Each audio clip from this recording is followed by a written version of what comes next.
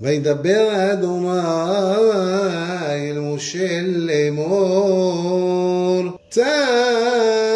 את אהרון ואת בניו לאמור,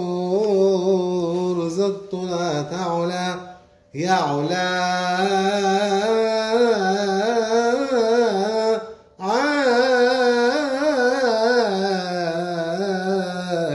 מוקד על המזבח כל הלילה עד הבוקר, ויש המזבח תוקד בו ולבש הכהן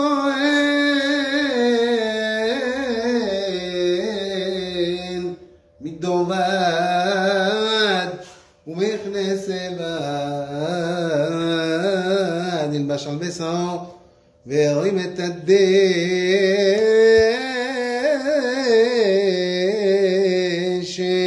אשר תאכל האש את העולה על המזבח, ושמו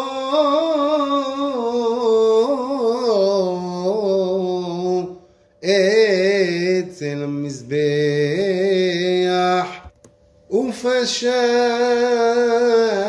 את בגדיו ולבש בגדים אחרים, והוציא את הדשן